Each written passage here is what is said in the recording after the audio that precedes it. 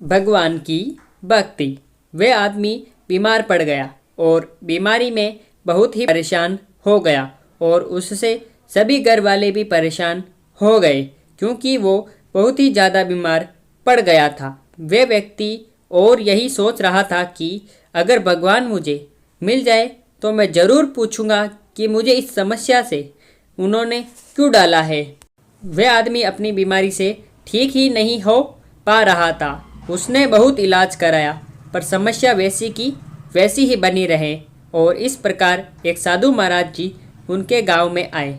फिर वह व्यक्ति सोचने लगा कि साधु महाराज से ही क्यों अपनी समस्या का समाधान करवाऊंगा और इस प्रकार वे बीमारी की हालत में ही साधु महाराज जी के पास गया और कहा कि साधु महाराज जी ऐसा उपाय बताए कि मेरी बीमारी ठीक हो जाए। साधु महाराज जी ने उसे देखा और कहा कि तुम्हारी कोई समस्या नहीं है, सिर्फ एक समस्या है कि अगर तुम भगवान पर विश्वास करोगे तो तुम्हारी सारी समस्या समाप्त हो जाएंगे।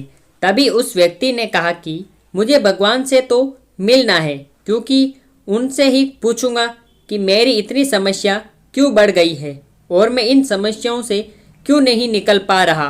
साधु महाराज जी ने कहा कि अगर तुम भगवान पर विश्वास करते हो तो ये समस्या कुछ भी नहीं है, तो इससे आराम से निकल जाओगे। साधु महाराज की बात मानकर वह घर चला गया और धीरे धीरे उसका विश्वास भगवान पर बढ़ता गया और इतना बढ़ गया कि भगवान की भक्ति लीला में हमेशा रहता और भगवान का ही गुणगान करता था और धीरे धीरे उसकी बीमारी भी ठीक हो गई और उसे भगवान से अब कोई भी शिकायत नहीं रही। भगवान हमारे साथ हैं और वे हमेशा हमारे ही पास रहते हैं, लेकिन हम उस भगवान को बाहर ढूंढते हैं, लेकिन भगवान सभी के अंदर निवास करते हैं।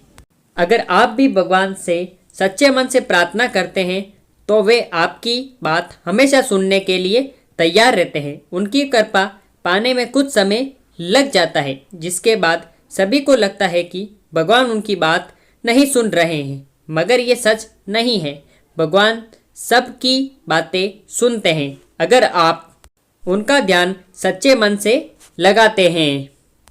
तो मेरे प्यारे भाइयों और बहनों, आपको आज की हमारी कहानी आपको कैसी लगी आप हमें नीचे कमेंट बॉक्स में बता सकते हैं। साथ ही साथ ऐसी ही धमाकेदार एंड मज़ेदार मोरल स्टोरीज के लिए आप हमारे चैनल को सब्सक्राइब करके बेल आइकन जरूर प्रेस करें ताकि हमारी ऐसी वीडियोस की सब नोटिफिकेशन सबसे पहले आप तक पहुंच सके जैसे ही हम उस वीडियो को अपलोड करें। फिर मिलेंगे ऐसी धमाकेदार स्टोरी के साथ, तब तक के लिए गुड बाय। जय हिंद, जय भारत। Thanks for watching.